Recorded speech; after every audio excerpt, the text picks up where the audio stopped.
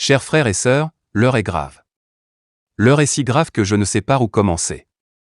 Tout tourne autour de l'insécurité nationale qui est caractérisée par une impasse notoire de la situation que nous vivons.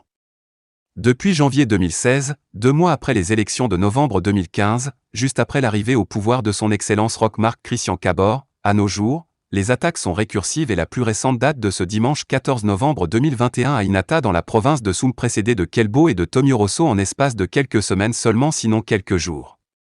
J'essaie de comprendre la réaction de certains qui demandent le départ du président, mais est-ce la solution pour notre pays qui a déjà vécu cette situation qui incontestablement nous ne doutons du bouleversement négatif tant dans la vie économique, sécuritaire, politique et sociale du pays.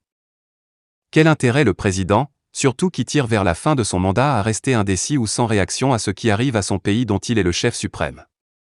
Certains parlent d'incapacité de gestion. Si seulement c'était aussi facile comme ils l'entendent. Tout ce que je sais est que le problème d'insécurité et de terrorisme est un problème de tous.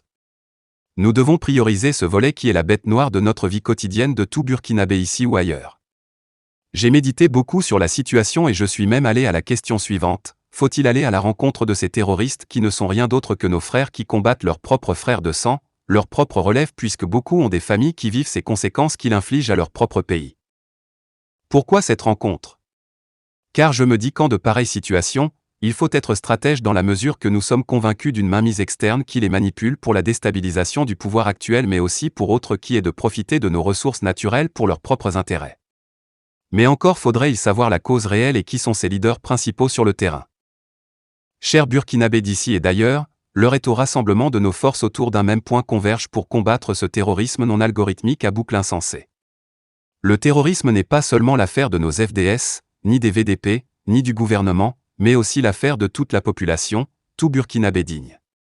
Pour cela nous devons être vigilants, mutualiser nos énergies afin de ne pas les disperser en se trompant d'ennemis à combattre.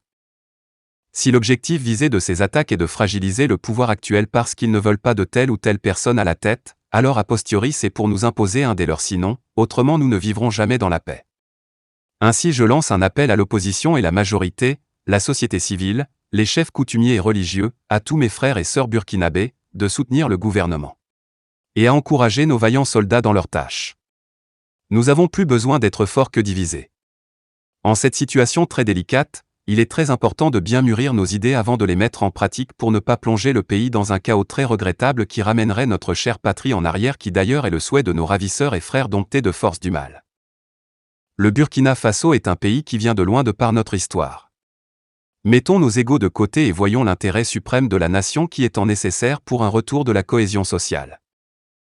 Tous unis sous l'arbre à palabres nous restons invincibles. Vive le Burkina Faso!